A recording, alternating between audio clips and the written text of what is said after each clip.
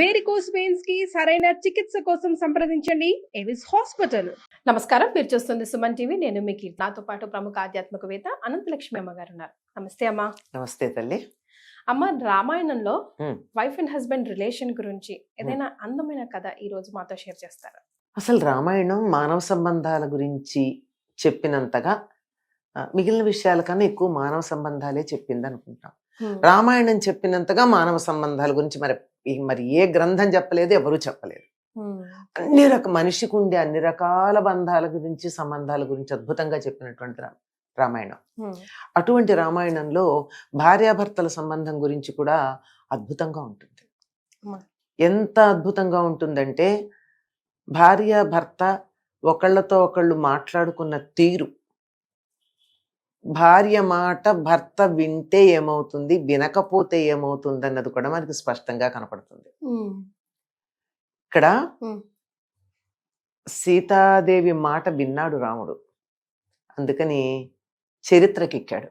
మరి సీత మాట విన్నాడు. అరణ్యవాసానికి బయలుదేరేటప్పుడు మొట్టమొదటిసారి సీత మాట్లాడడం అక్కడే ఉంటుంది రామాయణంలో. అప్పటిదాకా ఆవిడ మాట్లాడినట్టే కనపడదు మనకి. చక్కగా జీవితం హాయిగా సిరిగిపోతుంది. ప్రత్యేకం మాట్లాడాల్సిందే ఉంది. అరణ్యవాసానికి బయలుదేరుతున్నానంటే సంతోషం అంది. కాదు, నువ్వు కాదు, నేను ఒక్కడినే పెడుతున్నాను అన్నాడు.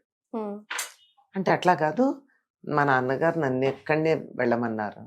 అదెట్లా భర్తకి చెప్తే అది భార్యకి వర్తించదా అని అడిగింది.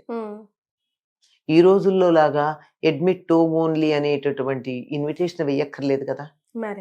భర్తకి చెబితే అది భార్యకు కూడా వర్తించినట్టే. అయ్యగారిని పిలిచారనుకోండి పెళ్లికి, అమ్మగారిని ప్రత్యేకంగా పిలవక్కర్లేదు, ఇద్దరు వస్తారు. మీ ఇద్దరూ కలిసి రండి అని చెప్పాల్సిన పని లేదు. ఇది మనకి పాశ్చాత్యులు వచ్చాక మిస్టర్ అండ్ మిస్సెస్ అని రాయడం ఉందే గాని మనకి రాయనక్కర్లేదు.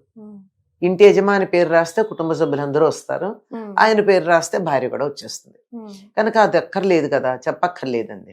అట్లా కాదులే అని చాలా బాధిస్తాడు. అరణ్యంలో గనక వెళ్ళినట్టయితే అదేమన్నా అయోధ్య అనుకున్నావా, అడవి అన్నాడు.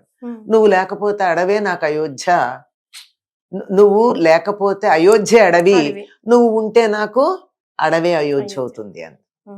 అట్లా కాదు, అక్కడ ముళ్ళుంటాయి, రాళ్ళుంటాయి, అందుకే నేను వస్తున్నాను, నువ్వు నడుస్తుంటే నీ కాళ్ళకి గుచ్చుకోకుండా దారి శుభ్రం చేస్తానంది. అక్కడ క్రూర మృగాలు ఉంటాయి అన్నాడు. నువ్వు ఉండగా నాకేం భయం అంది. అంటే రాముడు చేతకానబడైతే కదా ఆవిడ క్రూర మృగాలకి భయపడాలి. లేదులే, రాక్షసులు ఉంటారు, నేను వీర్యశుల్కని అంది. వీర్యశుల్క అంటే పరాక్రమానికి చూసి మా నాన్న నీకు ఇచ్చాడు. అంటే నువ్వు పరాక్రమవంతుడని ఇచ్చాడు కదా, నువ్వు రాక్షసులు చూసి భయపడితే అంతే, అర్థమైంది. అట్లా కాదు, నేను లేనప్పుడు చాలా జాగ్రత్తగా ఉండు, భరతుడు రాజుగా ఉంటాడు, భరతుడి దగ్గర నువ్వు చాలా నన్ను పొగడకూడదు, జాగ్రత్తగా ఉండు అంటాడు. అంటే ఒక అసమర్థుడైనటువంటి వాడు తన భార్యని వదిలిపెట్టి వెడుతూ మాట్లాడినట్టు మాట్లాడుతున్నావేమిటంటుంది. అమ్మ, ఈ రోజుల్లో ఈ మాట అంటే ఎవరన్నా ఊరుకుంటారమ్మా? ఊరుకోరు కదా. అదే, లేదు మా అమ్మకి సేవ చెయ్యాలి, చేస్తాను, నీ వెనకాల చేస్తాను, అంతే కదా. ఇలా అంతా వాదించిన తర్వాత ఇంకా చాలా మాటలు, అన్నిటికీ సమాధానాలు ఉన్నాయి. నేను వచ్చేదే, నేను అక్కడ ముని వృత్తి పాటించడానికి వస్తున్నాను, వాటికి సహకరించడానికి నేను వస్తానంది. అంటే పూలు కోసి పెట్టడం అట్లాంటివన్నీ, దారి కూడా శుభ్రం చేస్తానందిగా. ఇట్లా అయితే ఇవన్నీ కాదులే గాని ఏది ఏమన్నా నువ్వు ఇక్కడ ఉండు, నేను వెళ్ళొస్తాను అన్నాడు. ఇంకా మాట్లాడలేకపోయాడు. మా తండ్రి గారైనటువంటి మిథిలాధిపతి అయినటువంటి జనక మహారాజు, విదేహరాజు అక్కడ చాలా ఆనందంగా ఉన్నాడు. ఎందుకంటే తన కుమార్తెని పురుష రూపంలో ఉన్న స్త్రీకి ఇచ్చి పెళ్లి చేశానని తెలియక అంది. స్త్రీయ పురుష విగ్రహం అంది. సర్లే బయలుదేరు అన్నాడు. అంటే ఇక్కడ చాలా జాగ్రత్తగా మనం అర్థం చేసుకోవాల్సింది ఏమిటంటే, మామగారిని తండ్రిలాగా గౌరవించాలి. ఎప్పుడూ కూడా మామగారు తండ్రికి ఎంత గౌరవం ఇస్తారో అంత గౌరవంగాని ఒక మగవాడు తన మామగారికి ఇవ్వకపోతే అతడు మనిషిగా పరిగణించబడ్డ మన సనాతన ధర్మాన్ని అనుసరించి. మామగారిని చులకం చేసినా, తక్కువగా మాట్లాడినా అంచేత మామగారి మాట వినాలి. పైగా ఆయన ఏం చెప్పాడు పెళ్లి సమయంలో? ఇయం సీత మమసుత సహధర్మచరీతవ ఛాయేవానుగత తదా. ఈ అమ్మాయి నా కూతురు సీత, ఇక నుంచి నీకు సహధర్మచరి, నిన్ను నీడలాగా అంటి పెట్టుకుంటుంది. అంటే రాముణ్ణి సీతాదేవి నీడలాగా అంటి పెట్టుకుంటుంది. నీడలాగా అంటి పెట్టుకున్న సీత ఎలా పెడుతుంది? ధర్మ మార్గంలో నీకు తోడుంటుంది. అంటే సీత రాముణ్ణి వదిలిపెట్టదు, రాముడు ధర్మ మార్గంలో ఉంటేనే వెంటుంటుంది. అంటే అర్థం ఏమిటి? సీతాపతి ధర్మ మార్గంలో తప్ప అధర్మ మార్గంలో ఉండడానికి అవకాశమే లేదు. ఆయన్ని వదిలిపెట్టదు, తాన అధర్మం చెయ్యదు. కనుక సీత గారి భర్త గారు గనక రాముడికి తప్పు చేసే అధికారం లేదు. ఎంత బాగా మూడేశాడో చూసారా జనక మహారాజు. ఇక్కడ ఈయన పేరు చెప్తే మరి ఆవిడ నిన్ను వదిలిపెట్టకుండా నీడలా ఉంటుంది అన్నప్పుడు మరి ఆ అమ్మాయిని తాను వదిలిపెట్టెడితే నీడను వదిలిపెట్టి వెళ్ళడం అన్నది మామగారిని అగౌరవపరిచినట్టు కదా. ఇది పైకి తప్పినట్టే కదమ్మా. మాట తప్పినట్టే. ఇది పైకి. అసలు సంగతి ఏమిటి? నువ్వు మీ తండ్రి గారి మాట పాటించావు కదా, మరి నేను నా తండ్రి గారి మాట పాటించద్దా? మా తండ్రి గారు ఏమన్నారు? నీడలాగా వెన్నంటి ఉంటుంది నా కూతురు అన్నాడు. నీ ఎదురుగా నా ఎదురుగా. అంటే అర్థం ఏమిటి? నీకు చెప్పినట్టు చెప్పినా నాకు కూడా అదే మాట చెప్పాడు కదా. భర్తని ఎప్పుడు వదిలిపెట్టి ఉండద్దని, నీడలా ఉండమని. నువ్వు నీ తండ్రి మాట పాటించావు, నేను నా తండ్రి మాట పాటించద్దా? రాముడికి ఇంకేం మాట్లాడడానికి లేదు, తీసుకుని వెళ్ళిపోయాడు. అంతే. ఇక్కడ ఇది ఈ రోజుల్లో వాళ్ళకి ఇది కొరుకుడు పడని విషయం. ఆ రోజుల్లో ఆడవాళ్ళకి అధికారాలు లేవు, మాట్లాడలేరు, అణిగిమణిగున్నారు, ఇట్లాంటి మాటలు అంటారు. ఎంత మాట అందమ్మా సీతాదేవి. ఇంత మాట అంటే ఈ రోజుల్లో ఎవరైనా ఊరుకుంటారా? నువ్వు మగవాడివే కాదు అంటే ఏ మగవాడన్నా ఊరుకుంటాడా? రాముడు ఏమన్నా బయలుదేరమ్మా అన్నాడు, చక్కగా తీసుకెళ్ళాడు. ఇది అన్యోన్య దాంపత్యం. అంటే ఎందుకు అన్నది ఆయనకు అర్థమైంది. ఎందుకన్నది? ధర్మం కోసం అన్నది. నువ్వు ఎంతగా ధర్మాన్ని పాటిస్తున్నావో నేను అంతగా ధర్మాన్ని పాటించాలనే ఉద్దేశంతో అన్నది తప్ప రాముడి పట్ల చులకన భావం ఉంది కాదు.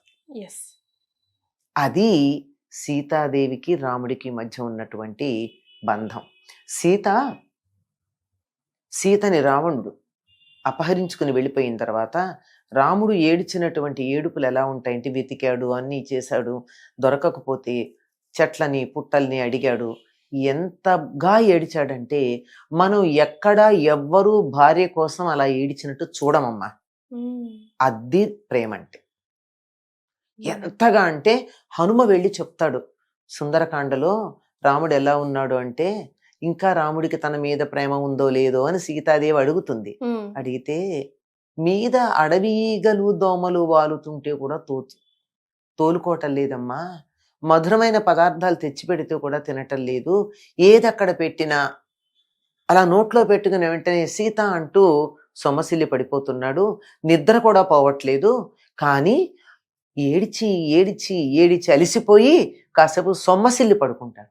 పేచీ పెట్టిన పిల్లలు చూడండి, ఏడిచి ఏడిచి పడుకుంటారు, అంతే తప్ప సహజంగా నిద్రపోవడం అన్నది కూడా రాముడి దగ్గర లేదు అంటారు. అంటే అప్పుడు అంటుంది సీతాదేవి, అమృతం విషం కల్పించావు కదయ్యా అంటుంది. దేనికి?